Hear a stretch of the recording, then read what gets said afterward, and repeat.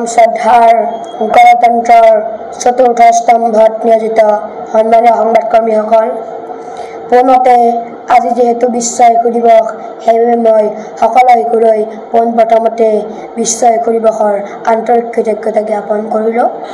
আজিৰ এই বিশেষ দিনটোত মই বজালী জিলাৰ এদিনৰ আৰক্ষী অধীক্ষক হোৱাৰ সুবিধাটি দিয়াৰ বাবে অসম চৰকাৰৰ মাননীয় মুখ্যমন্ত্ৰী ডক্টৰ হিমন্ত বিশ্ব শৰ্মা ছাৰ, অসম পুলিচৰ DGP হৰমিত সিং ছাৰ, লগতে বজালী জিলাৰ জ্যেষ্ঠ আৰক্ষী অধীক্ষক সুমন চক্ৰৱৰ্তী ছাৰ, লগতে বজালী জিলাৰ অতিৰিক্ত আৰক্ষী অধীক্ষক ত্ৰিনয়ন ভূঞা ছাৰৰ লগতে ত্ৰিনয়ন ভূঞা ছাৰ আদি কৰি বজালী আৰক্ষী অধীক্ষক কাৰ্যালয়ৰ সমূহ কৰ্মকৰ্তাক ধন্যবাদ জনাইছোঁ।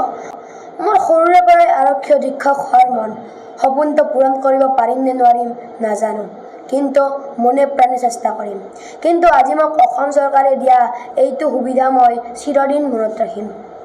কেতিয়া আবেদন কৰিছিলা তুমি? মোৰ জন্মক্ষণৰ লগত দেশ সেৱাৰ ভাৱ জড়িত হৈ আছে, কাৰণ মোৰ জন্ম 15 আগষ্টত। আশা কৰোঁ ভগৱানে মোক এই ক্ষেত্ৰত আশীৰ্বাদ প্ৰদান কৰিব। বৰ্তমান অসমত শিশু অধিকাৰ হত্যা চলি আছে। শিশুসকল ধৰণীৰ সম্পদ, সেয়েহে শিশুসকলৰ উজ্জ্বল ভৱিষ্যত গঢ়ি তোলাৰ বাবে প্ৰত্যেকগৰাকী অভিভাৱকে দায়িত্ব লোৱা উচিত। বিশেষকৈ বাল্য বিবাহ, শিশু শ্ৰমিক, শিশু সৰবৰাহ আদি ক্ষেত্ৰ ৰোধ কৰাৰ ক্ষেত্ৰত চৰকাৰৰ প্ৰশাসনৰ লগতে প্ৰত্যেকগৰাকী অভিভাৱকৰ কিছুমান দায়িত্ব থাকে।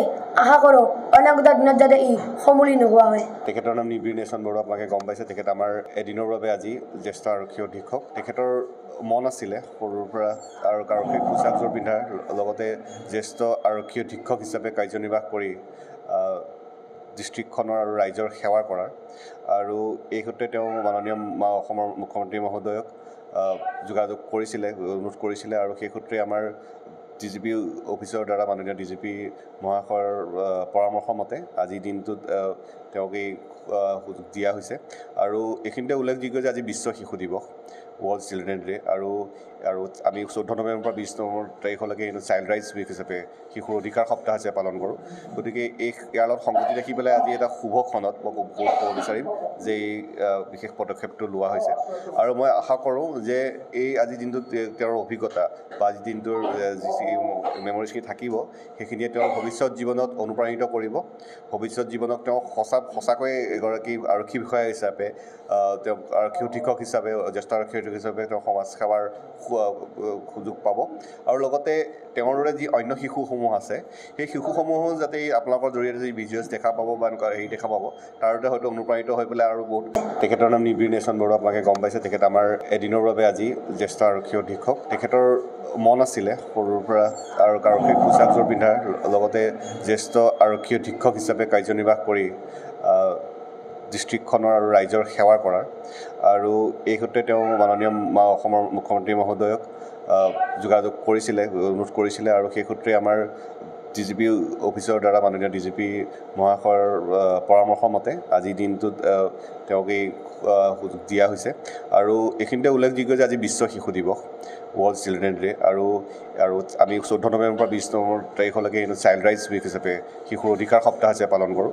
গতিকে ইয়াৰ লগত সংগতি ৰাখি পেলাই আজি এটা শুভ ক্ষণত মই ক'ব বিচাৰিম যে এই বিশেষ পদক্ষেপটো লোৱা হৈছে। আৰু মই আশা কৰোঁ যে এই আজিৰ দিনটোত তেওঁৰ অভিজ্ঞতা বা আজিৰ দিনটোৰ যি মেমৰিজখিনি থাকিব, সেইখিনিয়ে তেওঁৰ ভৱিষ্যত জীৱনত অনুপ্ৰাণিত কৰিব। ভৱিষ্যত জীৱনক তেওঁ সঁচাকৈ এগৰাকী আৰক্ষী বিষয়া হিচাপে, তেওঁ আৰক্ষী অধীক্ষক হিচাপে, জ্যেষ্ঠ আৰক্ষী অধীক্ষক হিচাপে তেওঁ সমাজ সেৱাৰ সুযোগ পাব। আৰু লগতে তেওঁৰ দৰে যি অন্য শিশুসমূহ আছে, সেই শিশুসমূহো যাতে আপোনালোকৰ জৰিয়তে যি ভিজুৱেলছ দেখা পাব বা এনেকুৱা দেখা পাব, তাৰতে হয়তো অনুপ্ৰাণিত হৈ পেলাই আৰু বহুত